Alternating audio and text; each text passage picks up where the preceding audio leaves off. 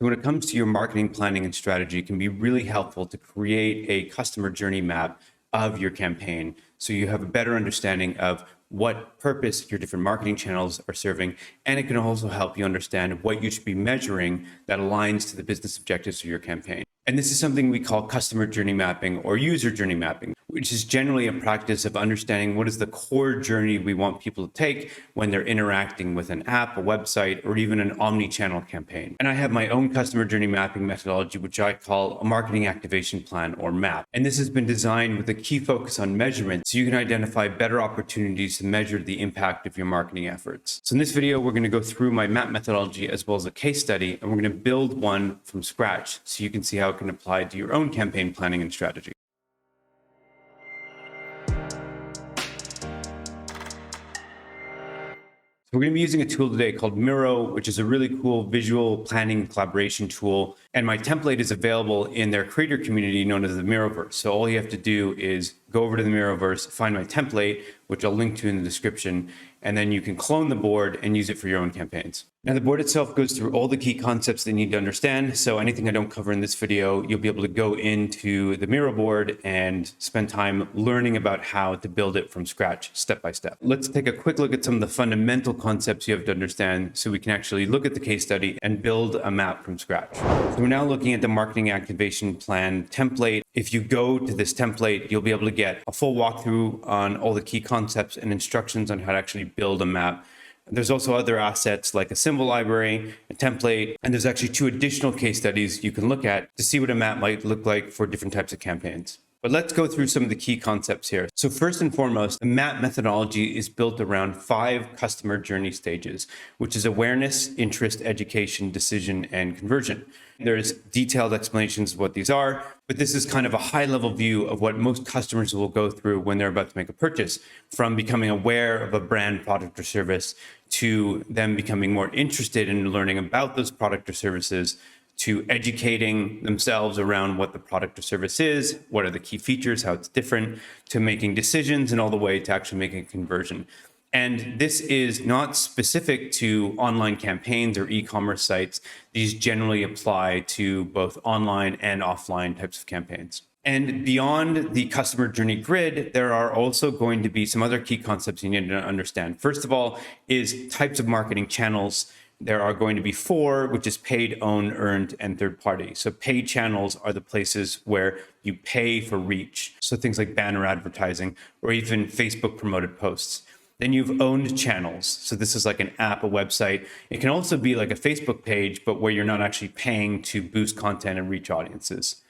Earned channels are places where you get exposure without actually paying for it. So Google search rankings is a great example of an earned media channel.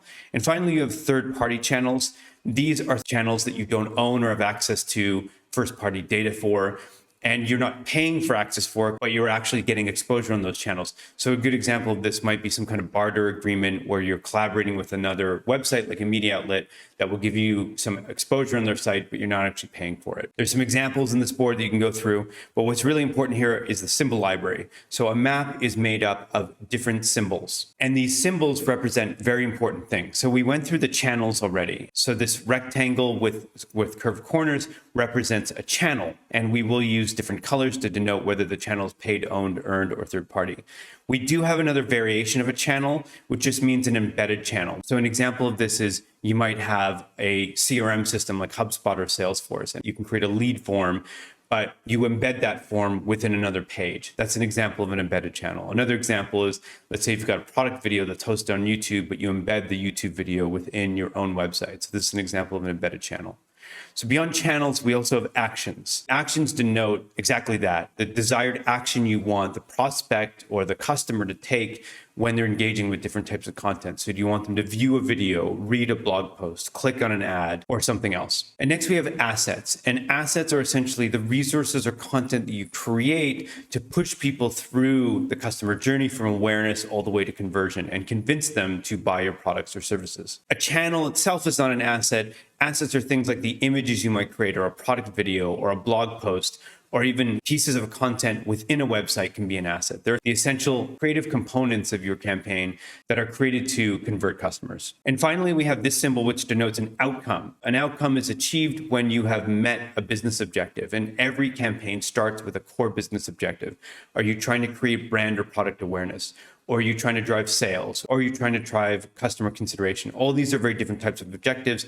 And sometimes campaigns might have multiple objectives. And it's helpful to be able to indicate on your map when certain objectives are met. So these are the core concepts. And now we're going to jump straight into a case study and show you how to build a map from scratch. So for this case study, we're going to be looking at Adidas and a fairly simple campaign that just includes two channels, which is Facebook and your website. So what Adidas is doing in this campaign is they are publishing some promoted video posts on Facebook that drive traffic to a very specific product in their library, which is the Adidas Adizero running shoe. And so what these posts are doing is they have some copy, they have a kind of hero video, which is getting people excited about the running shoe. And then there's a link that will bring you over to a product library for the Adizero shoe. And this is what happens when you click through the link. It is essentially a landing page that has a curation of all the different variants of the product that you can look through. So there's different colors, there's different styles. You can also read a little bit more about the shoe and what it's designed for. And you can click on one of these product variants, and this will bring you into the product page for that specific product variant. And this is a very important point in the stage because this is where you're actually educating yourself about the product by looking at different colors of the product, by clicking in and viewing zoomed in pictures of the product. And you can also scroll through and read more about it. You can read about some of the highlights, the key features. There's a description. There's also reviews further down here. And from here, the final stage is if you're ready to make a purchase, you can obviously choose the color you want, the size of the shoe. And once you click on add to bag, it's going to bring you to the last mile of the campaign, which is the shopping cart, which looks something like this. And this is where you're going to put in your payment information, your address, and everything so you can actually complete your purchase. So those are the steps of the campaign. And in the case study that I'm going to link to in this video, I've actually given you an overview as well, which recaps what the campaign is and the basic steps that the users are going to go through. And just recapping that there's only a single primary objective, which is to drive sales. They're trying to drive people from their Facebook page to their website to drive purchase of this specific shoe. So let's get started with building a map. In the templates that I provide, there are a couple things that you're going to need here. The first is the customer journey grid. Remember, that has the 5 stages from awareness all the way to conversion. And in the template that I provide, it also gives you a list of channels that you can just use as a default. There's also a symbol library that you can use to copy and paste, and I'll show you how you can use this. Now, starting on the customer journey grid, we only have 2 channels in this campaign. So what we're going to do is we're just going to get rid of the other unnecessary channels. So we know that we have one paid channel, which is Facebook ads, and one owned channel. So I'm going to keep one green and one blue channel here. I'm going to delete the rest. Now in Miro, this is built as a table. What you can actually do is you can go here and just click on one of these rows. And when you see this little icon, you can click it and it will allow you to delete that row. And I'm going to do that a few more times because I also want to get rid of multiple rows here. I can actually hold down the shift button. I'm on a Mac, by the way. And if I click on multiple rows here, I will be able to click the trash can and get rid of all those rows. So I have the basis of my map here. And a couple other things to note. You can actually click on the frame here, make this bigger if you need to. You can also select the table and make it either wider or taller if you need it to be. If you do need to add another channel lane back, you can actually just click on this plus sign and add another lane. You can also grab these individual sections and make them shorter or longer if you need to. So I'm going to start by changing the channel name here. So I'm going to call this one Facebook ads, and I'm going to call this channel just website. We're going to start off by adding the channel, action, and asset under the awareness stage. And as we went through the case study before, we're starting with a Facebook promoted posts. So what we're going to do is I'm just going to go and grab this item from the symbol library. We're just going to drop it here. Let's just put it here. And I'm just going to give it a name. We'll just call it Facebook promoted post. The next thing is going to be to indicate the action.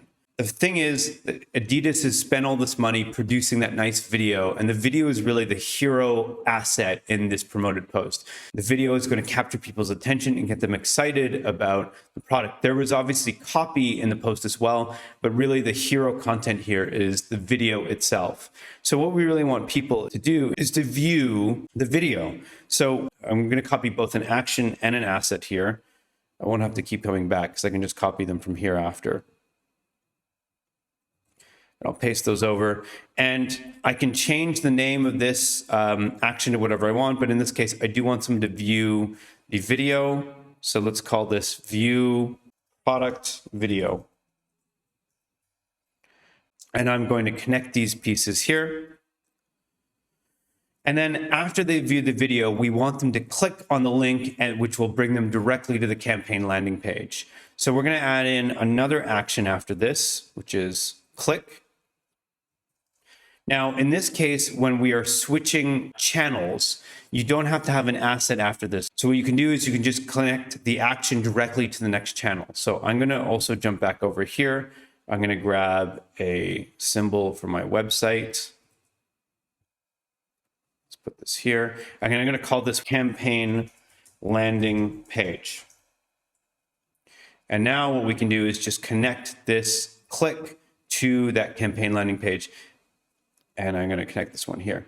Some other things with Miro, if you find that this is curvy like this and you want it to be straight, you can just click on the arrow here and change the way it behaves. Now, another thing I like to do here is to get a little bit more specific about where I am on specific channels. So since we are on the campaign landing page, what I'm going to do is I'm just going to capture the desired URL. And I'm just going to add this as a comment so that when you're going through this with your web ops or data engineering team later on, you can tell them exactly what actions are happening at what places. So you can click on the channel asset. If you click this icon, you can just add this as a comment. So this is just a comment to say, hey, this specific channel here lines up to this specific page. What we've done now is we've viewed the video on the Facebook post. We then clicked on that post and we landed on the landing page. So this is now the intro stage of the journey. So what is happening in the intro stage? So let's go back to the website. Essentially what we're doing here is we are kind of browsing through the different variants that are available for this specific product, the Adizero running shoe. And interest is indicated by you going deeper into the funnel from here. If you essentially abandon the page at this stage, you're obviously not interested. But if you do anything more to interact with this, i.e. you actually click and view a variant of the shoe, you have essentially shown interest. And so the interest section of this funnel is pretty short, but what we want people to do is essentially view the product library. So I'm just going to grab another action here. I'm going to copy and paste it, put it here. Change this to view.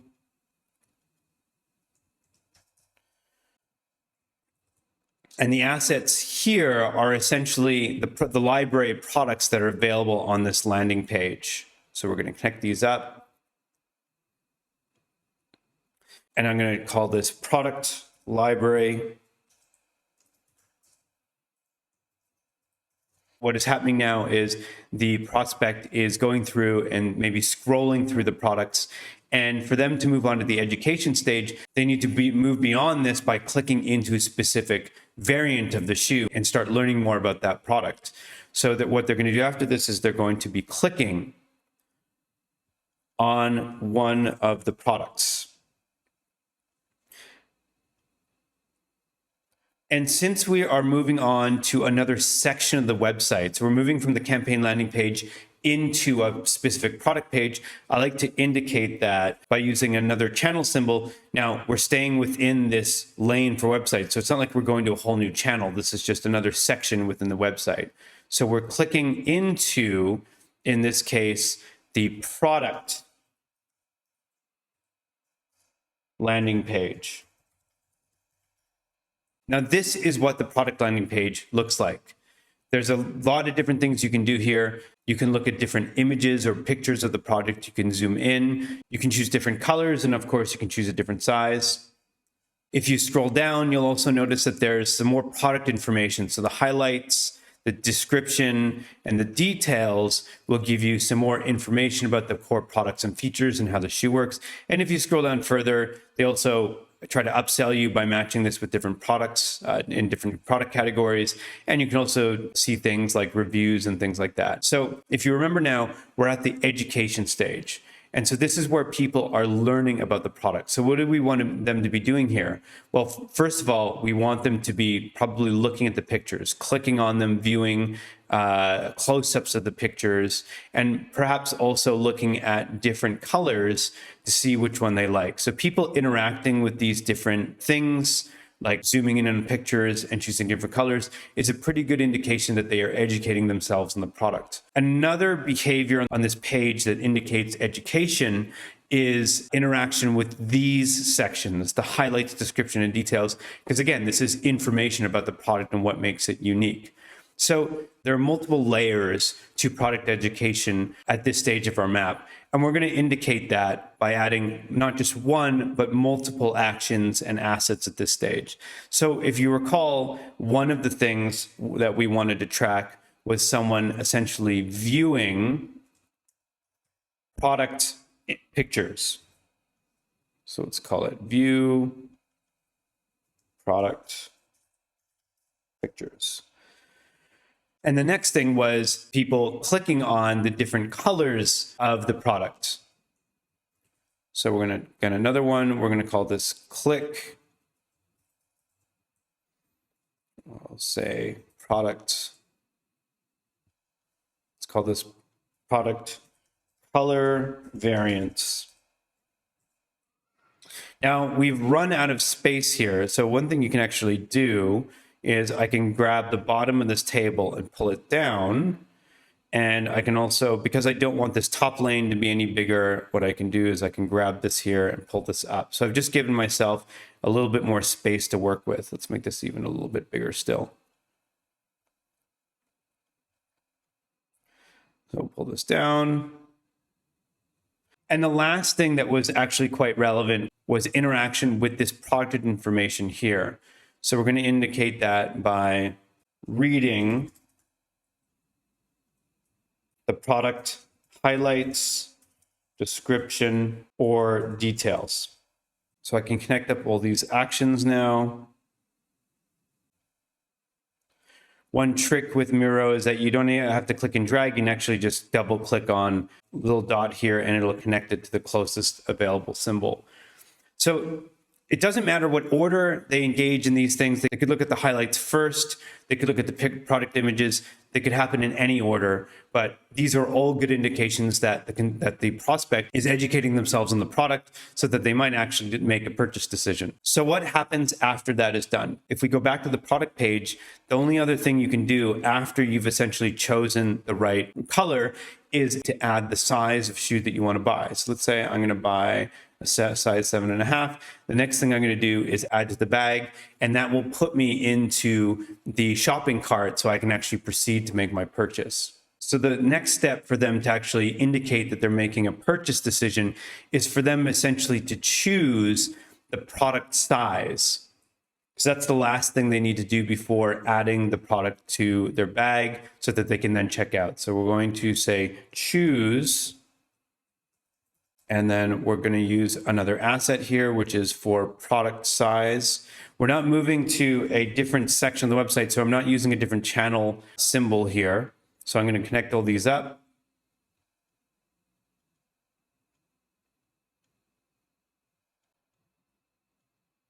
And I can also just drag this, pull it in a little bit.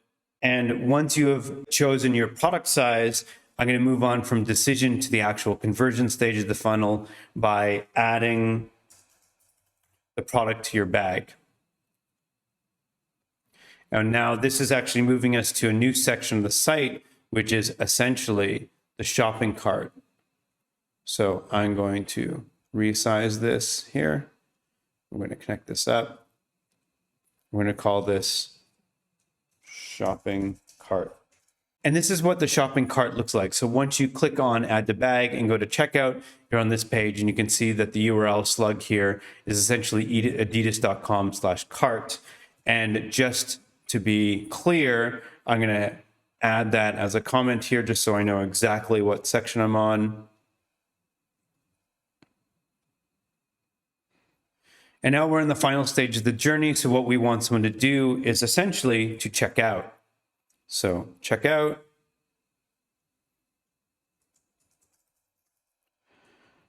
And this will eventually bring me to a purchase confirmation page. Now, you're going to go through obviously many steps of the checkout journey. You're going to click checkout. You're going to have to add in your payment details. You're going to have to add in shipping information, all that stuff. You can map out every step of that journey, but you don't have to. Unless your purpose here is to look closely at shopping cart abandonment as part of your campaign or ways to improve the checkout process, you could map that out. But this is a standard campaign. We're assuming that our shopping cart works properly. So you don't need to map every single stage of that checkout process. In this case, all we really care about is that once you start the checkout process, you'll eventually arrive on a purchase confirmation page, which indicates that you have successfully converted. And we have reached the end of our campaign. We've achieved the desired outcome. And so I'm going to pop over to the symbol library here. I'm going to grab the outcome for primary objective, which has just been met. And we're going to just drop this right here. And there we go. So there is our map, which is a simple campaign, which includes Facebook promoted posts and an e-commerce website where someone will essentially go and make a purchase for a specific type of running shoe. Now you can clean this up a little bit if you want. You can shrink the size, the width of these sections. And once you're happy with this, what you can also do is you can click on the table and lock it just so that you don't mess anything up by mistake. But the last thing I want to do is I want to show how this process can help you identify things that you should be measuring as part of your campaign. So there's one other thing I need to teach you really quickly, which is 3 types of metrics that you will come across. The first type of metric is something we call platform metrics, also known as off-the-shelf metrics. These are metrics you'll just be able to get readily available from a tool like Google Analytics or Facebook Page Insights. They already exist. You don't need to do anything special. Then we have something called derived metrics. Derived metrics are things where you leverage 2 metrics that might already exist that can be either platform or engineered metrics, but you're dividing one into another. You're combining them to make some kind of derived metric. A good example is a conversion rate or an engagement rate, which is where you're taking 2 things and kind of smashing them together. The third type of metric is an engineered metric. This is where you have to create the mechanism to capture the data. A good example of this is custom events in an analytics tool like Google or Adobe Analytics. So these are the 3 types of metrics, and we're going to use these sticky notes in Miro to indicate what kind of things we might want to track. So starting with the Facebook promoted post, there's a video in that post, and an important action here is that people view the video. So we probably want to track the number of video views that we get on this video.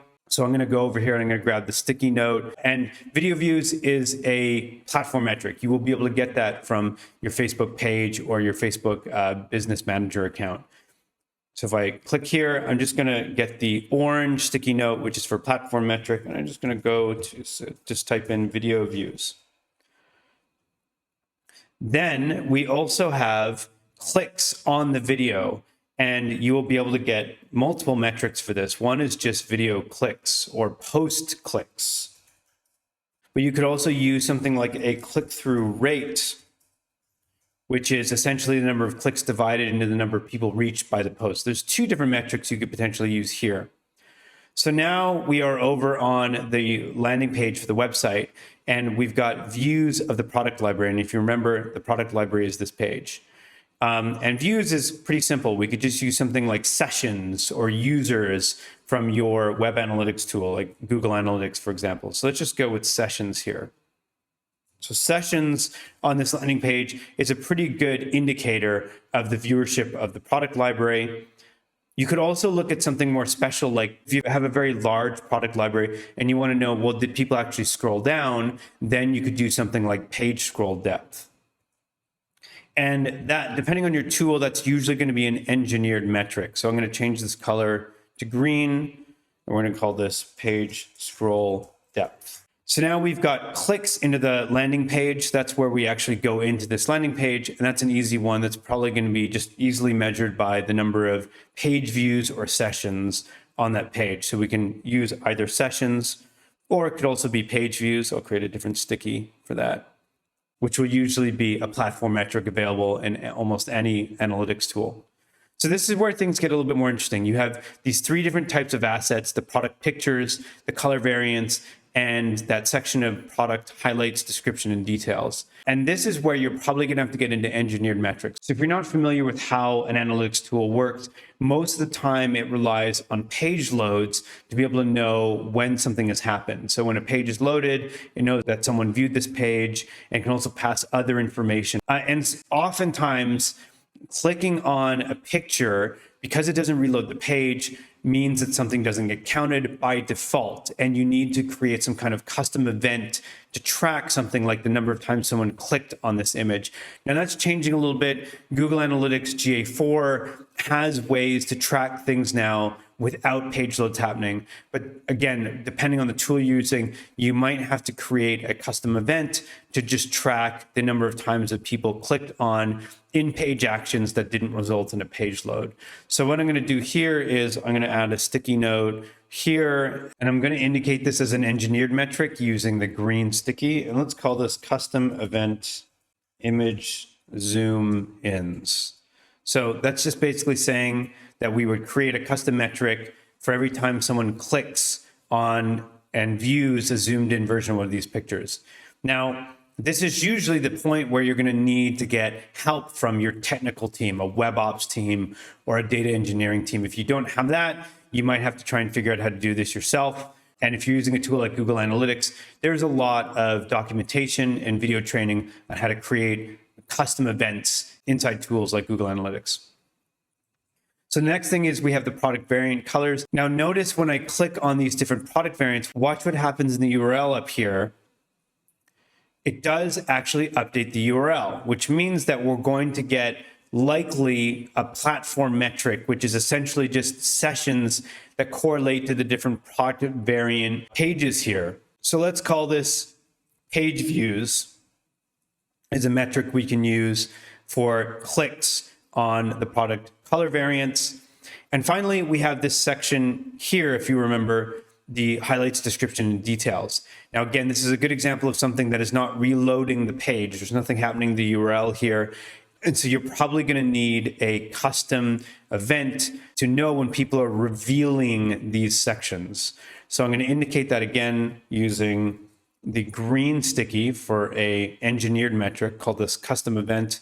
We'll call this, let's call it just section reveals. You probably want like an event for highlights reveals, description reveals, and your tech team will help with that. But essentially we're just saying, okay, let's create a metric here that tells us every time someone revealed that information. So now we're moving on to when people choose a product size. And now you can see when you click on the different product variants, it is actually updating the URL, which means that we are probably going to have a platform metric or a URL in our analytics tool for each variant of the product, which is great because it means that we can just use a simple platform metric to track this, which is something like sessions or page views. You could also create some custom event to track this, but because we are getting a new URL for each time a different variant is chosen, it means that in our analytics tool, we're going to have a URL with data for each one of these different product sizes. Now we have this add to bag action, which is where someone's clicking on this. And because this is going to take you to the cart, again, you can probably just rely on a platform metric. So you can use sessions or page views for people that viewed the shopping cart. And the same is true of the checkout. Once you get to that final checkout page or the confirmation page, you'll have something like user sessions or page views, which is a platform metric. Now, the other thing is, this is where you can also calculate something like a conversion rate. So you could use page views of this confirmation page divided into something like the total number of people who landed on your original landing page here. Now, you wouldn't want to divide page views into sessions. So you need to have some kind of similar metric at the top here. So there's a case to use either page views or sessions, but in this case, if you're using page views at the bottom of the funnel here, then you want to divide that into page views up here as well. There's another metric you could use called users. So you could divide users that hit the purchase confirmation page into users who reach this page. You could also divide it into impressions or reach on the video. There's lots of different ways you can calculate the conversion rate. You'll usually do this manually, and this means that we are going to create a derived metric. So we're going to indicate that using the blue sticky here. So conversion rate. And the blue sticky means that we are creating kind of a derived metric by dividing one metric into another. So this is our user journey map. And what we've done here is we've mapped out the key channels in our campaign, the actions that people are taking with certain assets. Those assets can be content, images, video, etc.